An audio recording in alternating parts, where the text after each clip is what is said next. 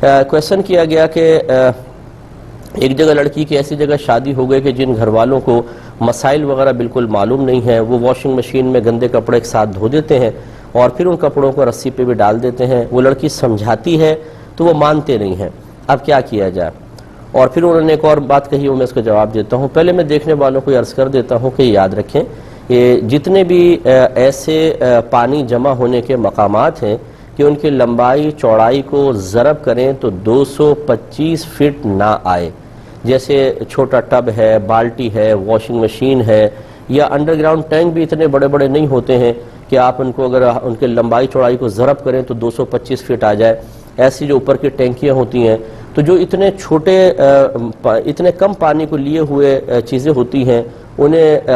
اسے کہتے ہیں چھوٹا حوض، یا اس پانی کو قلیل پانی کہتے ہیں۔ اور شرعی لحاظ سے اس کا حکم یہ ہوتا ہے کہ ان میں اگر ایک قطرہ بھی نجاست گر جائے، چاہے اس کا رنگ وغیرہ ظاہر ہو نہ ہو، کل ناپاک ہو جاتا ہے۔ یہ سب یہ اچھی طریقے سے مسئلہ جان لیں کہ اتنا ایسا کوئی برتن، ایسا کوئی ٹینک، ایسا کوئی حوض جس کی لمبائی چوڑائی کو ضرب کریں تو 225 فٹ سے کم جواب آئے، وہ سب چھوٹے حوض کہلاتے ہیں۔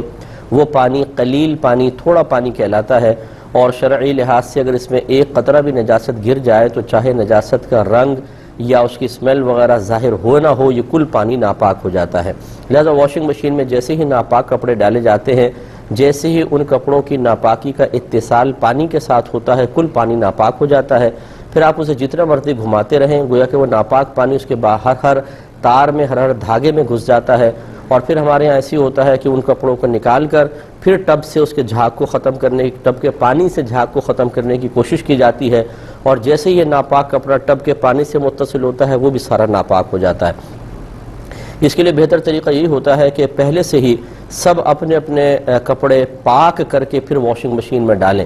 یعنی جتنا حصہ ناپاک ہے، میں نے بارہا بتایا کہ جیسے تھوڑا سا حصہ کوئی ناپاک ہوتا ہے، جیسے مثال کے طور پہ یہ اس کا اتنا حصہ ناپاک ہے، اس کو نل کا کھول دیں مناسب دھار میں کہ بہت تیز نہ ہو کہ اس پہ لگ کے ایک دم چھینٹے آپ پر آئیں، ہلکے سے اس سے کھول دیں، ہلکی سی دھار، اور پھر اس کو پکڑ کر ملتے جائیں۔ جب آپ کو یقین حاصل ہو جائے، یعنی دل اس میں بالکل مطمئن ہو جائے کہ پانی نجاست کو ساتھ بہا کر لے گیا ہوگا، تو بس یہ کپڑا پاک ہے، پھر اس کو واشنگ مشین میں ڈال دیا جائے۔ اچھا، اگر آپ نے کپڑے دیے اور آپ کو نہیں پتا کہ واشنگ مشین میں کوئی کپڑے ناپاک بھی تھے یا نہیں تھے، تو شریعت پھر ان تمام کپڑوں کو پاک ہی کہتی ہے، جب تک کہ آپ اپنی آنکھوں سے کچھ ناپاکی کو نہ دیکھ لیں۔ آپ صرف گمان پر یہ نہیں کہہ سکتے کہ یہ ہو سکتا ہے گھر والوں نے کوئی کپڑے ایسے دھو دیے ہوں جو ناپاک ہوں، تو وہ پاک ہی ہیں، اور جو ناپاک اگر آپ نے دی ہیں تو پھر ضرور سب کے سب ناپاک ہے۔ اب یہ گمان نہیں آپ کر سکتے کہ شاید اتنا پانی بہہ گیا ہو کہ وہ نجاست بہہ گئی، کیونکہ واشنگ مشین سے دھوتے ہوئے اتنا پانی عموماً بہتا نہیں ہے۔ ہاں، یہ بھی میں نے آپ کو بتایا تھا کہ اگر بالفرض کپڑے دھل گئے پاک اور ناپاک ایک ساتھ، اب آپ کو پتہ ہے یہ سارے کپڑے ناپاک ہیں، تو ان کو ایک دفعہ بالٹی سسٹم سے پاک کر لیں۔ اس کا طریقہ یہ ہے کہ آپ ان میں سے 2-3 کپڑے لے کر، جیسے 1-2 جوڑے لے کر بالٹی میں ڈال لیں، نل کا کھول دیں۔ جب یہ اوپر پورا بھر جائے تو ہلکے سے ہاتھ سے کپڑے کو پانی کی سطح سے نیچے رکھیں، اوپر نہیں ہونا چاہیے، کوئی کپڑا پانی کے اندر ہو، اور اب یہ جب بھر گیا تھوڑا سا اس کو بہنے دیں، اور اس کی کوئی مقدار نہیں ہے کہ 1 ہاتھ یا 2 ہاتھ، بس تھوڑا سا بہنے دیں، یہ تمام کپڑے پاک ہو جائیں گے۔ تو اپنی گھر کی ماسیوں کو یہ طریقہ بتا دیجئے کہ تمام کپڑے واش کرنے کے بعد ایک دفعہ بالٹی سسٹم سے اس طرح نکال لیں، جیسے اب یہ پانی بہا نا تو یہ کپڑے پاک، اس کو نکال لیں، اب جتنا بالٹی میں بچا وہ بھی پاک ہے، اسی میں دوسرے کپڑے ڈالیں، پھر اس کو بھریں، تھوڑا سا بہائیں، یہ پاک ہوگا۔ اسی طریقے سے سارے کپڑوں کو ایک دفعہ نکال لیا کریں تو وسوسہ نہیں آئے گا۔ اچھی طرح یاد رکھیں، اب بالفرض اگر ناپاک کپڑے تھے اور ان کو پاک نہیں کیا گیا، اسی طریقے سے مطلب ہٹ دھرمی کا مظاہرہ کر کے ان کو بس نچوڑ نچاڑ کے وہ رسی کے اوپر ڈال دیے، تو یقینی سی بات ہے وہ جب کپڑے ناپاک ہیں تو رسی بھی ناپاک ہوگی۔ اور پھر اگر اب اس میں بالفرض ایک تو یہ ہوتا ہے کہ دھوپ پڑی بہت زیادہ، وہ اڑ گیا سارا پانی، ختم ہو گیا، یعنی اس میں نجاست کا بالکل اثر نہ رہا، اگرچہ شرعی لحاظ سے اس کو رسی کو ناپاک ہی کہیں گے، لیکن اگر آپ دوسرے کپڑے اس کے اوپر پاک کپڑے ڈالتے ہیں، گیلے کپڑے، اور اس میں بالفرض رسی میں کوئی نجاست کا اثر موجود نہ ہو، تو یقینی سی بات ہے اگر وہ بھاپ بن کر بالکل تمام کا تمام اڑ گیا ہے تو پھر یہ کپڑے آپ کے پاک رہیں گے۔ لیکن احتیاط اسی میں ہے کہ اب یہ کوئی پتہ نہیں ہے کہ ہو سکتا ہے کیونکہ کوئی چیز وہ فقہ نے بالکل لکھا ہے کہ خشک ہو کے کوئی کپڑا پاک نہیں ہوتا، اسے آپ کو شرعی طریقے سے پاک کرنا پڑے گا۔ لہٰذا اس کا پھر یہ طریقہ جو بہن نے فرمایا سب سے بیسٹ ہے کہ یا تو آپ جو نائلون کی رسی ہوتی ہے وہ لگائیں، یا جیسے یہ الیکٹرک کا تار ہوتا ہے ٹیلی فون وغیرہ کا جس پہ کوٹنگ ہوتی ہے، اور اگر آپ اس پہ مطلب گیلا کپڑا ایک سرے سے دوسرے سرے تک لے جائیں، ایک دفعہ پھر 2 دفعہ پھر 3 دفعہ، تو اگر بالفرض اس پہ کچھ ناپاکی بھی ہو تو شرعی لحاظ سے وہ بالکل پاک ہوگا، اس کو باندھ لیجئے۔